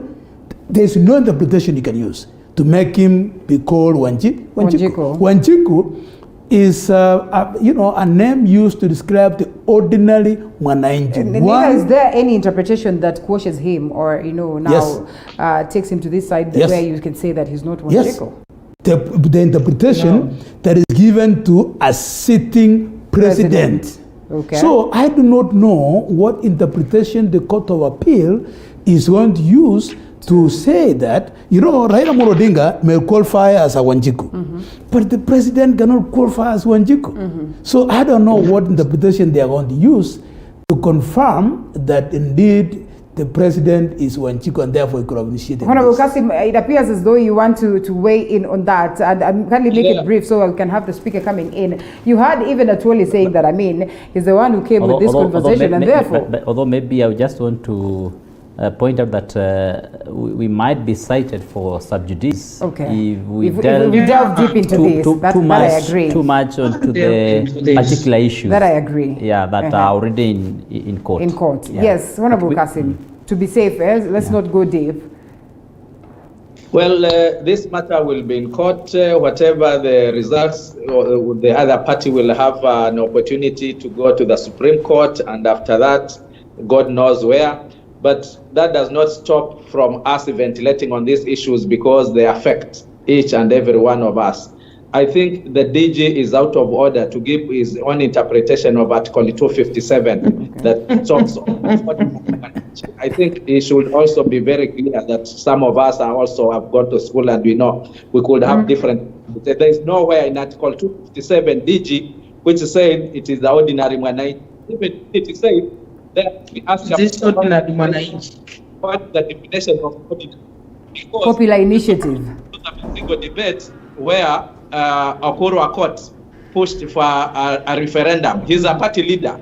So would Akoro Akot now be an ordinary Mwananchi, or because he's a party leader, he's no longer an ordinary Mwananchi? And nobody raised issues when Professor Akoro Akot moved that Punguza Mizigo referendum. So without going into the details, to me, I think my interpretation of the parliamentary system and the popular initiative is how it is ended. Whether well, not so clear there. Let's come back to you, Speaker. I'm now clear, Linda. All right, Let me finish. Linda, I think I'm now clear. Let me finish. Yes. I have issues, please. So, on those issues, and I think even the DG should have come up clear. He talks of 1 million signatures, of 1 million signatures were got, of 24 counties, over 24 counties were got. So, let's wait for the verdict of the Court of Appeal. But to me, I'm more on the message on what BBI would have given this country than the, because the ordinary Mwananchi in any case is more concerned with the results, not about the process. But you know, Linda, the question is, who paid for the 1 million signatures? Come to the speaker. Make it brief though, because we also have the DG here who would love to respond. Okay. Let's allow the DG respond, and then Speaker, you might have to hold you know, a bit so, longer. You know, Linda, I hear what Mjumbe is saying. But you see, sometimes in law there are things we call issues of local notoriety. I mean, it is too obvious that you cannot call President Wanjiku. You cannot. Okay. There's also the question of who funded the process. Now, I think it's common sense that the PPI process was funded by the state. Okay. Now, if it is being funded by the state, then I don't know what interpretation you're going to give to say that it is a popular initiative. It becomes a state initiative. The Constitution which talks about funding. So these are issues that we are all taking in. The Constitution, there is no way of talking about funding, DG. Where are these issues you are getting from? Speaker, before we come to you, Daktari, let's allow Speaker come in. Yeah, well, thank you very much. And by the way, you know, when you were debating or when you were discussing on this issue of contributions in Parliament, I really wanted to congratulate Dr. Pamela. She's a first-timer, and I think she has also come out very strongly as a person who understands what being a legislator is. Yeah. I've been with Dr. Pamela on very many TV stations, on very many shows, and to me she comes out as a person who has a lot of substance and who is very focused. So I want to congratulate for her for that. It's good to be talking about people when you know what they're doing. That's true. On the issue of BBI, as I have said once again, I would avoid delving too much into the actual points or issues that are actually in the Court of Appeal. For example, like the issue we are debating here about Article 257 and 256 to do with what the High Court actually deliberated on and what they came up with, and now it is in Court of Appeal. We might be cited for sub judice, and like we are now trying to persuade the judges of the Court of Appeal on how to rule on this matter. But maybe a very important point that is coming from my friend here, DG, and Mheshimiwa Kasim, is issue of definition of Wanjiku, common Mwananchi. And I see the way the two gentlemen are trying to look at the president versus Aukuru Aukot, for example. And maybe that may need a court interpretation another day as to who is the common Mwananchi.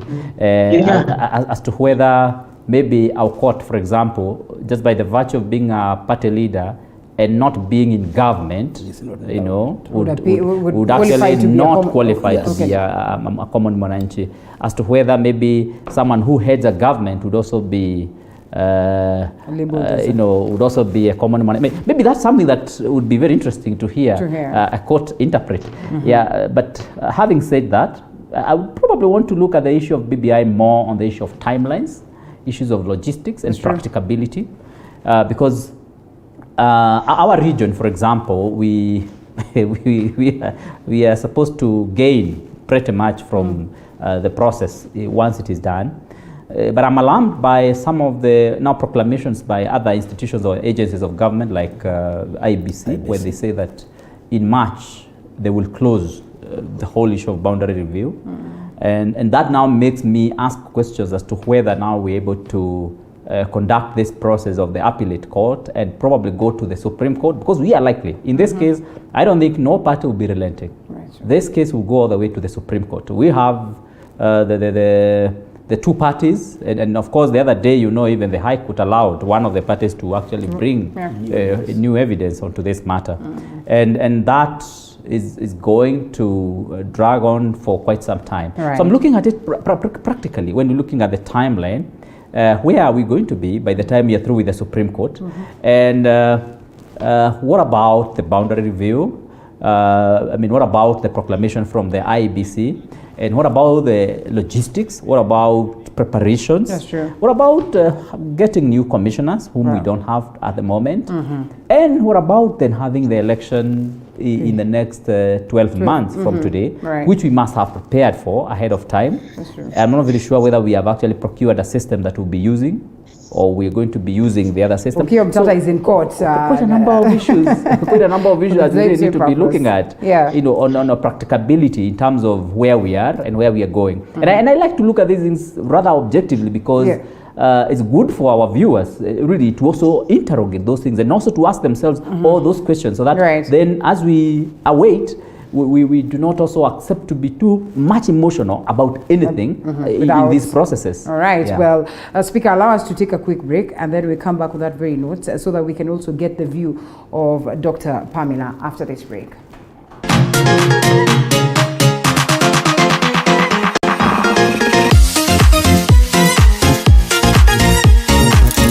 Precast panels. We have the best quality, durable and affordable precast panels to suit all your needs. Manufactured under a controlled environment, we have the best precast concrete panels, precast concrete floor slabs, precast concrete perimeter wall, precast concrete columns and beams. Our panels reduce construction cost by up to 40% with absolutely no plaster required, including added soundproof benefits. Convenient for story buildings, schools, offices, residential houses, hospitals, and warehouses. Take advantage of our free transport. Contact us on 0702 24 7267 or 0796 24 7267. Global Precast Panels Limited, your reliable option for efficient construction. These are the sights and sounds of a working nation. There are no shortages to remarkable ideas. What's missing is the will to execute them. You need to stay relevant. If you don't, you're going to fade off.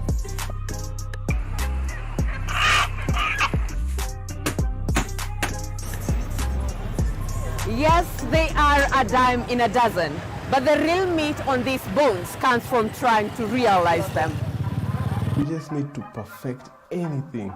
If it's drawing, if it's music, pursue it 100% because it's something that is giving back. Join me, Violet Njoki, as I tell you the stories of these executed ideas, because yours could be next. Mondays, 7:30 p.m. Hey, now that's hitting the right notes. When life gets boring, we bring out our play. You see, playfulness is in our DNA. It's in the way we move and laugh. It's in the way we walk, the way we rock, and how we just don't stop. You feel me?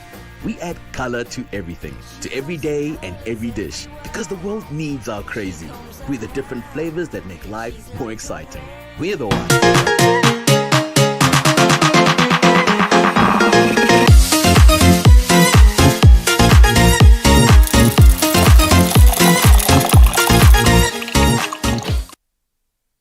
Welcome back to the broadcast. Thank you so much for your feedback. We sampled them as we continue. Still with me, Honorable Dr. Pamela Odhiambo, who's the Women Representative, Migori County. We have Honorable Kasim Sawa-Tandaza, Member of Parliament, Matuga. They are joining us virtually. And Honorable Joash Mangi, who's the Deputy Governor of Kisii County. And lastly, Honorable Speaker of Nyeri County, that is John Kagushia. As we expound some more on this, I don't know whether we have Honorable Pamela with us so that she can weigh in on this. Yes. Mheshimiwa, on this matter that is quite emotive, so to speak, and really, really important for us to discuss and ponder on, and very crucial issues that are being raised, especially on what it is that the Speaker speaks of in regards to the aspect of timelines. Linda, thank you very much. Allow me first to also acknowledge my friend, the Mr. Speaker, Nyeri County there, for appreciating me. I think he must be my brother from the other mother, because personally, I like appreciating people when they are alive. I don't like giving long testimonies in people's funerals, much as I am forced to do it at times. So thank you, Mr. Speaker, for that appreciation. I think I appreciate you too. You've always risen to the occasion to really speak as the Mr. Speaker. To this issue, Linda, I think, to be honest with you, it is very unfortunate that we are discussing this issue that is in court just because my party leader and my father, Baba, said something that is sure the appeal will go in our favor. However, allow me just to remind my colleagues who have spoken before, like all of them, I don't want to get into the details because I know it is not right to discuss it further than this. But the question that I think has been begging in my mind as I walk in the streets of Kenya, both in town and in the village, is who is this Wanjiko that we are referring to in this country? I think I've asked this question before. I will ask it again. Who is this ordinary Kenya? And why do we term ourselves, some of us ordinary, some of us special? Are we operating in the animal farm? I think this is a country where we are claiming that our constitution gives all Kenyans equal rights, and with us telling some to be ordinary and others to be special, I think we are sinning. We are sinning against our fellow Kenyans, and we are sinning against God. Okay. So my request would be, if only we can find another way of expressing this and not calling our colleagues ordinary. And they said, Wanjiko, sometimes when you look at what somebody has to do to initiate a constitutional amendment, I'm wondering, we have just said a few minutes ago that some of our constituents do not even know that it is wrong for Pamela to sit in parliament for 5 years without saying a word, even a good morning, you know? Now we expect such a person to wake up and initiate a constitutional amendment and even initiate and support a referendum. It is a wonder, leaders, even as my DG from PC, Mr. Mahangi, who is my friend in a funny way, because one time he accused me, my car, of trailing him with an intention to kill him. Oh, no. My friend, be assured that you are alive in Jesus' name. I love you so much. She's a good sister. So I want to say that as we talk sometimes as leaders, it is important to really understand what it is that we are saying. At some stage, we think some people are ordinary. At some stage, we think these people are so important. And I think that is inconsistency. Now, when we are talking about, for example, my DG there, if we asked him today,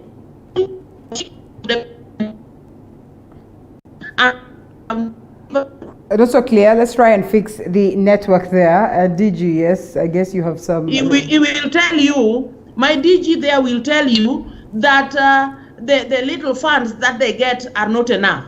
So I like what my Kasim said. My honorable member also said that some of us may not be really interested in those processes, but we are interested in the content and what this thing is able to deliver to Kenya. But even talking a bit on that process, I want to remind my colleagues who are listening to me and the entire nation. I think the genesis of this whole BBI saga came from the so-called ordinary Mwananchi. Why? They were fighting and killing one another. Uhuru was seated at State House. Raila was also kept somewhere. But Kenyans were dying on the street.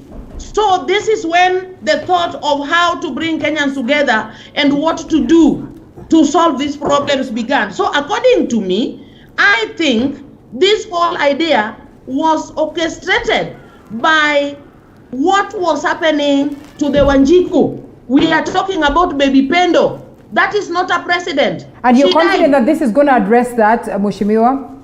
And so, again, coming to what my speaker said about the issue of timing and all that, personally, I think I'm not worried about it.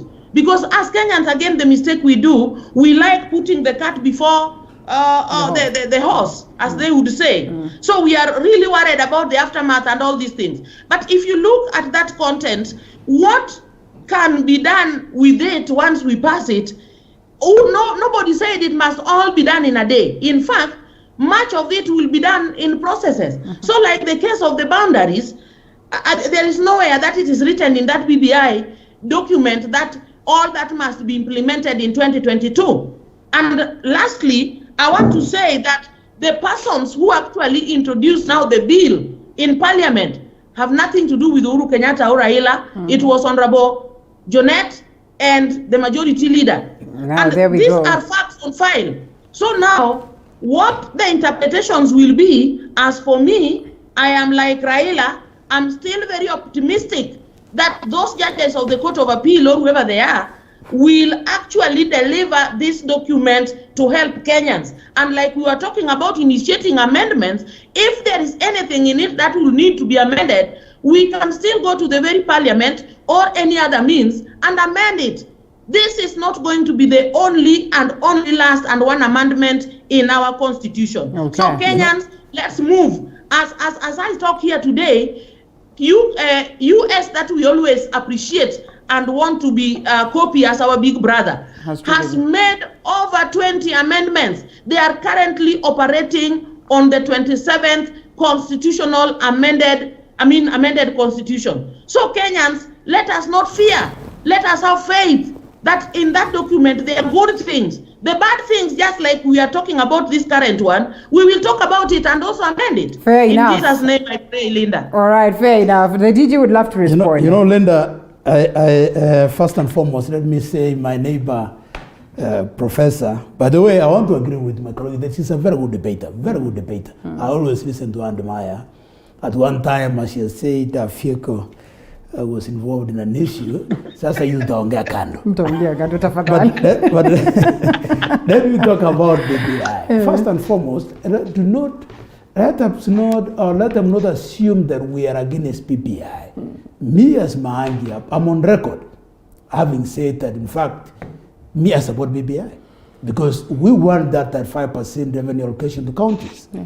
I'm also one of those who are really in support of the creation of leader of opposition. So among those who are really interested in making sure that the Senate becomes the upper house. So there are good things in BBI. And given a chance, if I was in Parliament today, I could have voted yes for BBI. But then my argument, what I said, is that I do not see as a lawyer, and speakers are advised us not to avoid being sub judice. But let me just say this. As a good lawyer, you look at the pertinent issues and ask yourself, I say look at the 21 points that made the High Court rule against BBI, and I pick one or two, okay? And I picked one, the one on Wanjiku. I am yet to be convinced what interpretation the Court of Appeal will use to allow a president who is president and commander-in-chief of all armed forces to be called Wanjiku. All right, and of course, like we have said, you want to expose more. Make it brief, Mushimi. Yes, so we can close on that brief. matter. Yeah. And you know this, and then on the issue of the 7 constituencies, we have eminent lawyers like Otienda Moro, Orengo Otienda Moro, but who was together in college, in fact in high school, and people like Orengo, very eminent lawyers. They have gone through this document and they have said that this document is unconstitutional. So I am yet to see how the same Orengo will go to court tomorrow or Wednesday and say, sorry, I want to swallow my words. When I was in the Senate, I said this document was unconstitutional, but now that I'm in court, I think this document is okay. At a certain level, certain lawyers who have acquired a certain level of seniority must be a little bit consistent. And that's why if you notice, the petitioners have persuaded the Court of Appeal to admit evidence from Hansard, where Orengo and the likes of Orengo have said that this thing is unconstitutional. Yeah. So the question is going to be, is Orengo going to speak from both sides of his mouth when he's in the Court of Appeal? Because he's already on record that to him, this thing is unconstitutional. So, I mean, we cannot know. We will wait and see.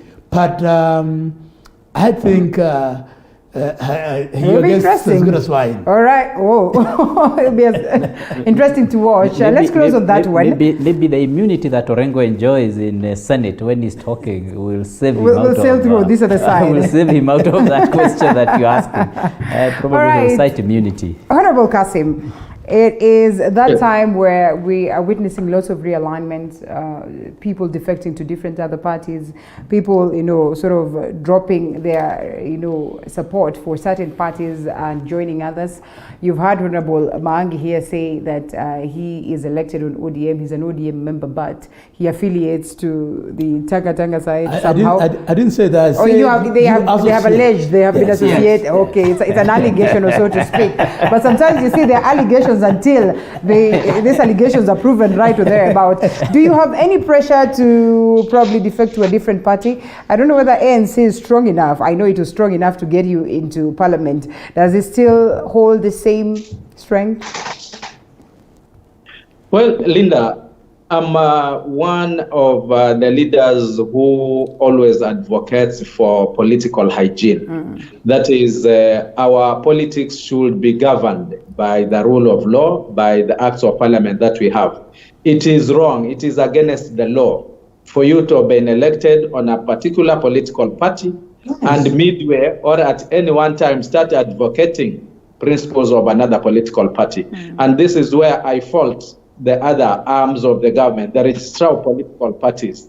I think the registrar of political parties is mandated by law to make sure that political parties and leaders elected on a particular platform abide by those laws. So for the DG there, who has also, I think TV 47 is also a house of records, where he says, I'm in ODM, but I'm now in this party. And then within 30 minutes, he said, no, I've not said that.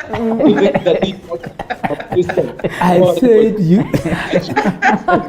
I will respond to that. All right. To be accountable to the electorate. If I was elected on ANC, definitely my voters knew that I was in ANC, I was not in ODM, I was not in Jubilee, and they elected me. And there's a room. If I feel that I no longer subscribe to the ideals of ANC, the reasonable thing which is allowed by law is to resign and seek a fresh mandate.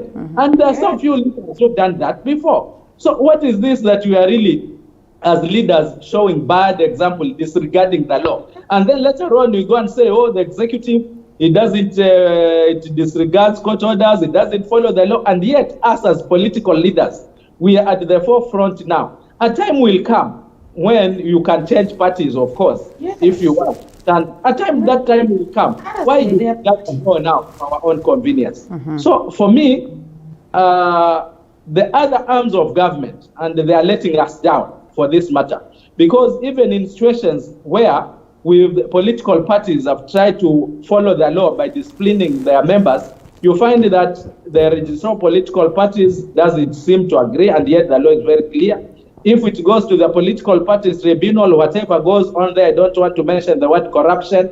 I might be asked to provide evidence, but whatever goes on there, because there are some issues where you don't need a lawyer to interpret that this person has gone against the Political Parties Act, and the Political Parties Act is very clear that he is supposed to cease to be a member of that political party and therefore loses his or her seat and goes back to the ballot. So I think, to me, my appeal is, as we approach 2022, of course, there's freedom of association, there's freedom of speech, but for as long as we have all enacted laws, and we should abide by those laws until the time when the law allows us to switch political parties or form our own parties or whichever way we want to do, whether we want to go independent. There are all those options. But for now, quite a thin line. Quite a thin line, and maybe just to loop in the speaker, a scenario where if you are to resign right now, then that means automatically you do not have these payments up until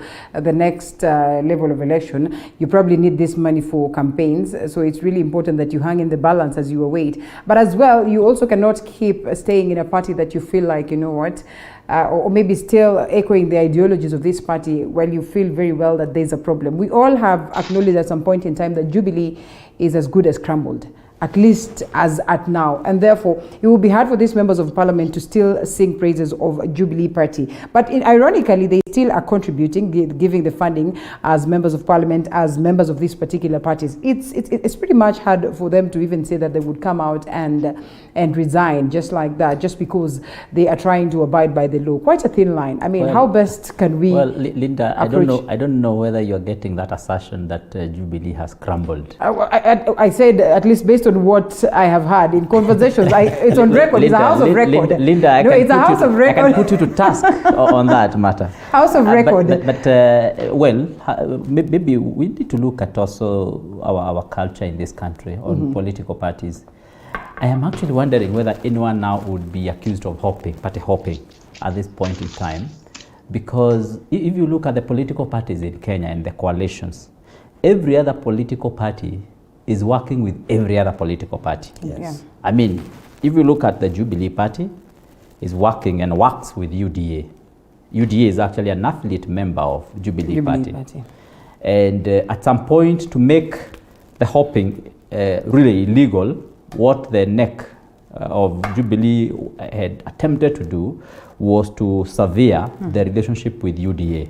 And then at some point, I think Murathe and Tuju realized that if you do that, then you're going to have a mini election in the country, and they avoided that. So they said they are not going to be severing that.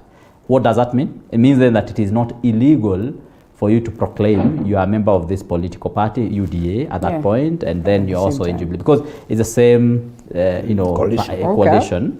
And then you find that you also have members of these other political parties in that coalition of NASA, who also in a way affiliate to each other, and they work together. They have working documents that are already registered. Then even though we do not have a working relationship, I mean, we don't have documents deposited with the registrar of political parties, there seems also to be a working arrangement between the Jubilee Party and ODM and all these other political parties which are affiliated. So I don't know, strictly speaking, whether now you actually talk about party hopping.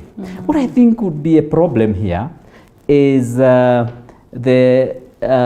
affiliation to political figures in those political parties.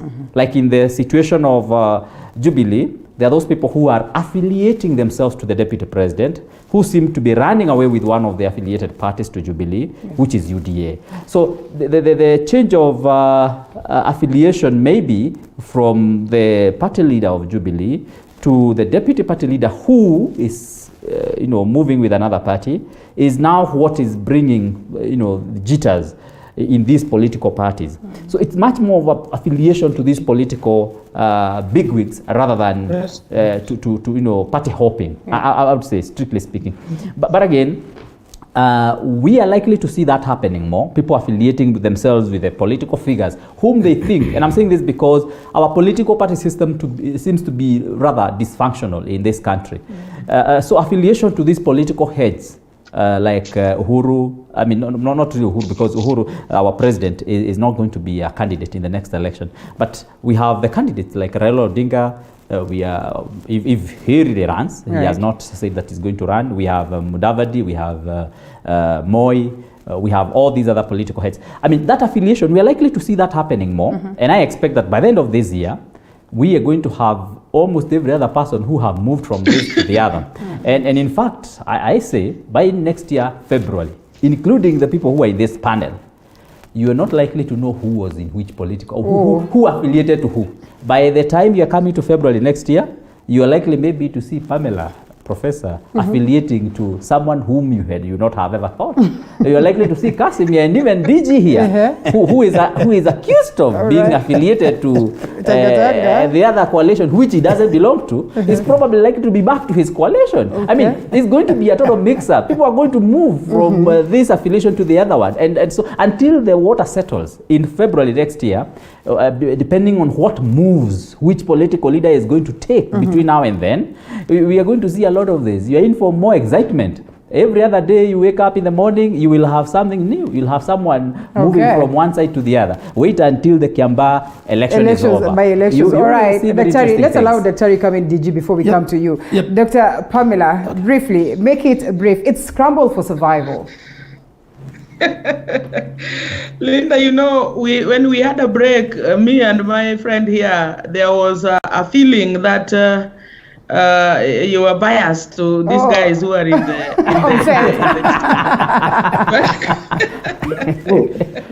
but you seem to have sensed the complaint. The members of parliament are not talking a lot. You see, even in the parliament, you know, when I give you time, you take like 20 minutes before I go back to them. I think you guys have just made my day. I'm going to be having a very good day today. Thank you. Let me say this. I like what my eloquent Nyeri speaker is struggling to say today, because what we are saying here, I don't want to say much, but just building on what Kasim said. I think coalitions and alliances are yet to be seen in Kenya. I don't think this is news, because politics, I define it as a game of numbers, and it is this kind of journey that if you want to go to, you don't want to go alone. You must get others who can keep you and pushing you, and you also pulling them or pushing them, whichever way. And so I think that is okay. But then my trouble is what we are now seeing, and not only now, Mr. Speaker, you will agree with me that the departure of the DP from the Jubilee party and the president that is the deputizing has been almost from as long as I can remember this session. It has been since 2018. And this other thing is been now cut out, and how it is displayed, even the clips that you played to us earlier, Linda, we saw Uda team associated with the deputy president campaigning vigorously for a candidate in Kiambaa. And so, to be honest, leader, sometimes when we are caught flat-footed, I think we should lift our hands and say, yes, God, here we have messed up. These people have moved on. And this is what Kasim is struggling to say, that by now, all of them should have actually registered themselves as UDA members, and they registered themselves as Jubilee members, and relegated the positions and all the roles that they have, both in government and in parliament, so that if really their constituents have to re-elect them, we should have had by-elections in all their constituencies. And this is the tragedy. We are creating, there is confusion among Kenyans. So much as even a few minutes ago, my D was talking about some things being unconstitutional. I don't understand this. Maybe as a lay woman.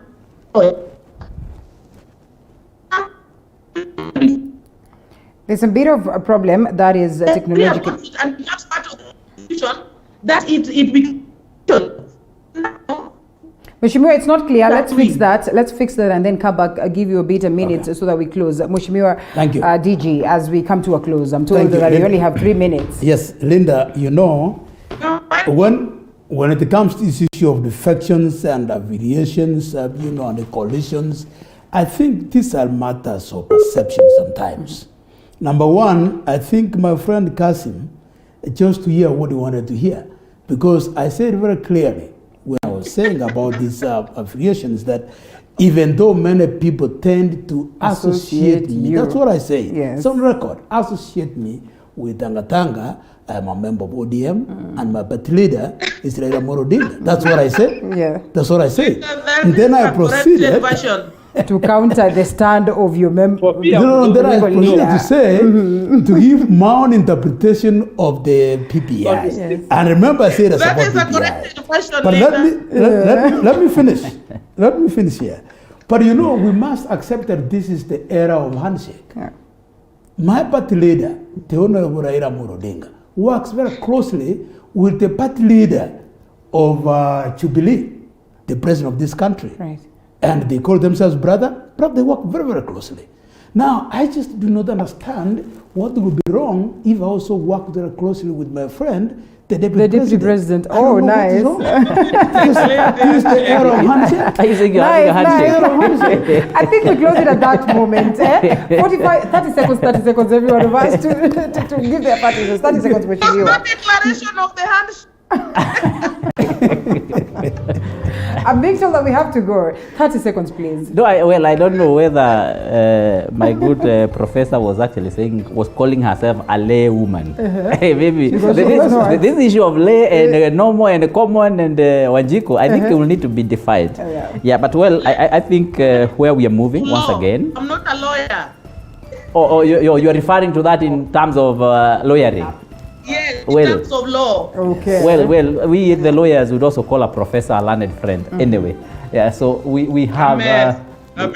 We have. I think we are going to see a little bit more of political activity. Yeah. So I think Kenyans should not be surprised when they see political activity happening a little bit more as we move forward to 2022. What I do is personally to wish all Kenyans stability in terms of their mind, in terms of perception of these political moves. And once again, I would want to urge Kenyans not to take politics to the heart and not to be so emotional about politics.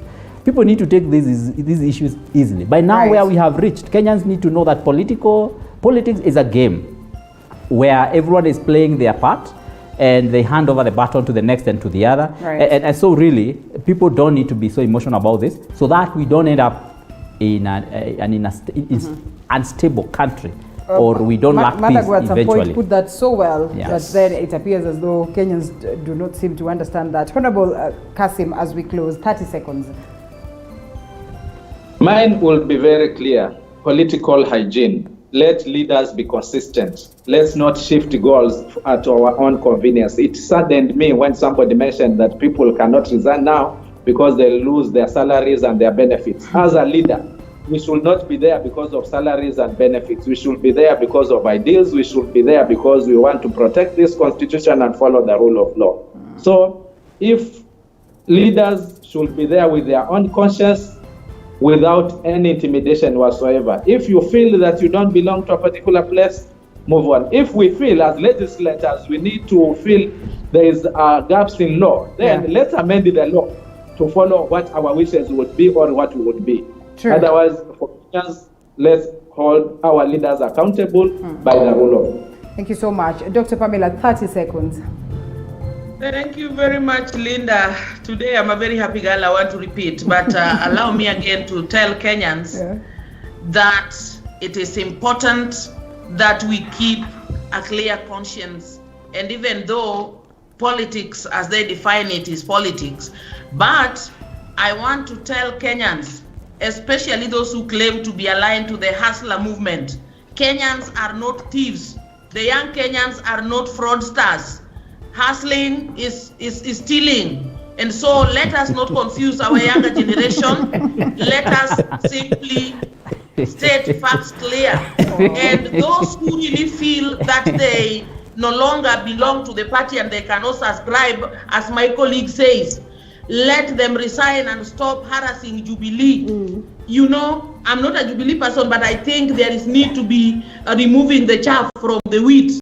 If somebody feels they are moved on to UDA, let them resign and step down. That is the boldness why I love Raila Amolo Odinga. Through the years, he has demonstrated that whatever position is given, if he's not happy with it, he will simply resign and leave that lucrative position and stay for the cause of the people. We close My sons and daughters in Kenya are not hustlers. They are not thieves.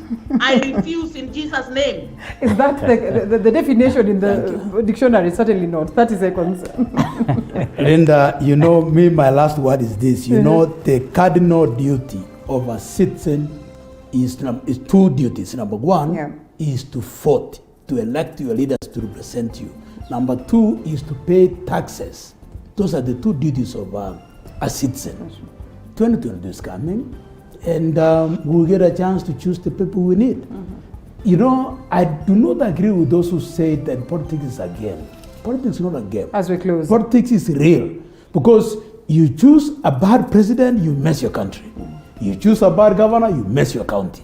You choose a bad member of parliament, you mess your mess your constituents. Yes. So let us be careful on who we elect. It is a civic duty for every citizen to be careful on who he elects. Fair enough. Thank you so much, ladies and gentlemen. Honorable Dr. Pamela Udhiambo, Women Representative, Migori County, Member of Parliament of Matuga, Honorable Kasim Tandaza Sawa, and Honorable Joash Mwangi, Deputy Governor, Kisii County, and lastly, the Speaker of Nyeri County, Honorable John Kagushia. We close it at that, and we get to a different, very crucial conversation on matters NHIF after this break.